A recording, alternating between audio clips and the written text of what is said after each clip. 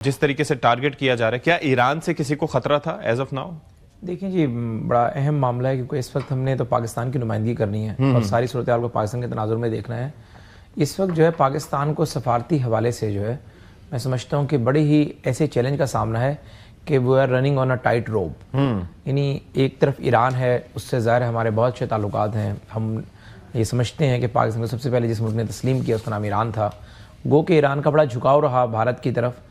پچھلے کچھ ادوار میں آپ نے دیکھا چابہار بندرگاہ انہوں نے اکٹھے ڈیولپ کی اور باقی ساری چیزیں، لیکن پچھلے 1.5 سال میں ایران کو یہ باور ہوا کہ ہمارا جو ہمسایہ ملک پاکستان ہے اس سے بہتر کوئی نہیں ہے۔ اور پھر ظاہر ہے ہم نے بھی جون 2025 میں پہلی دفعہ ایران پر حملہ کیا اسرائیل نے، تب بھی جو ہمارا کردار تھا کسی ڈھکا چھپا نہیں، اور ایران نے جن چند ممالک کو شکریہ ادا کیا یا اپریشیٹ کیا، ایون کہ ان کے پارلیمنٹ میں بھی اس کی گونج چلی، وہ پاکستان اس میں سر فہرست تھا۔ لیکن اب صورتحال یہ ہے کہ جس طریقے سے ایران پر حملہ ہوا اور ایران نے اس کے بعد دیگر گلف ممالک کو نشانہ بنانا شروع کیا۔ اب گلف ممالک بھی وہ ہیں، ایک طرف سعودی عربیہ ہے، ہم سمجھتے ہیں کہ پاکستان کا بہت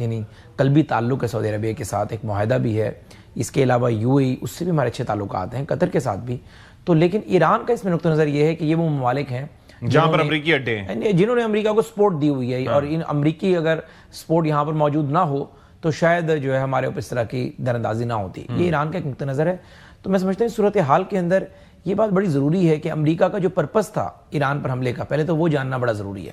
یعنی اس ساری صورتحال میں میں بھی آ رہا تھا رستے میں، کس سے میں بات کر رہا تھا، میں آپ کو اسی پہ لے کر آ رہا ہوں۔ بات یہ ہے کہ بیسیکلی اسرائیل نے امریکہ کو یہ کنونس کیا کہ اگر آپ جو ہے آیت اللہ خمینی کو مار دیتے ہیں تو فوری طور پر لوگ سڑکوں پر ختم ہو جائے گی، نہیں لوگ سڑکوں پر نکل آئیں گے اور انقلاب آ جائے گا۔ رضا شاہ پہلوی کے بچوں نے بھی یہی تاثر دیا، اور یہ صورتحال نہیں ہے کہ کوئی ایران کے اندر جو موجودہ رجیم ہے اس کی مخالفت موجود نہیں ہے، شدید مخالفت موجود تھی، لیکن جون 2025 میں جب انہوں نے پہلی دفعہ حملہ کیا اسرائیل نے، اس کے بعد سے وہ مخالفت ایک طرف چلی گئی اور انہوں نے کہا نہیں تیسرا فریق آگے، پہلے ہم اس سے لڑ لیں۔ اور کل جو کچھ کیا امریکہ کے، پرسوں یہ نہیں ہوا، کل اس کی ذرا خبر پھر انہوں نے پبلکلی اناؤنس کر دی کہ آیت اللہ خمینی کی ڈیتھ کی خبر، اس کے بعد جو صورتحال ہے امریکہ کی کیلکولیشن